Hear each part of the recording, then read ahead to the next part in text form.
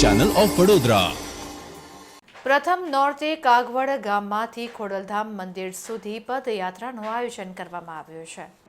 આવતીકાલ 3 ઓક્ટોબરથી હિન્દુ ધર્મના સૌથી લાંબા તહેવાર ગણાતા નવરાત્રિનો પ્રારંભ થવા જઈ રહ્યો છે, ત્યારે ખોડલધામ મંદિરના શિખર પર ધ્વજારોહણ કરી નવરાત્રિ મહોત્સવનો પ્રારંભ કરાશે।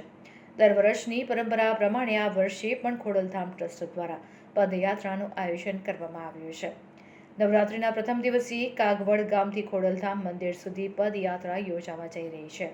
મોટી સંખ્યામાં શ્રદ્ધાળુઓ મા ખોડલના જય જયકાર સાથે ખોડલ મંદિર પહોંચશે।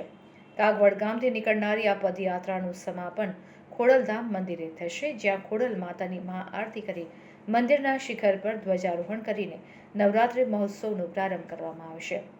નવરાત્રિના 9 દિવસ દરમિયાન ખોડલધામ મંદિરમાં માતાજીને દરરોજ અવનવા શણગાર કરવામાં આવશે।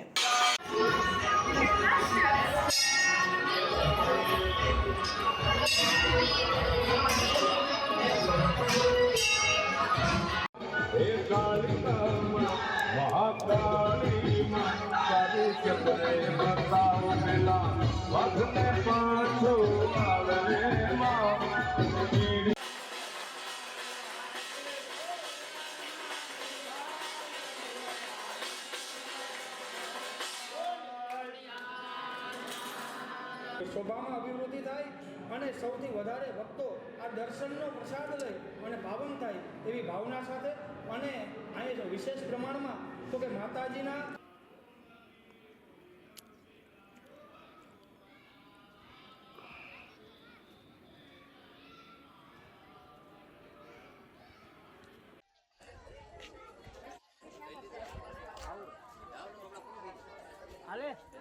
પેલા ઈ લ્યો હાલો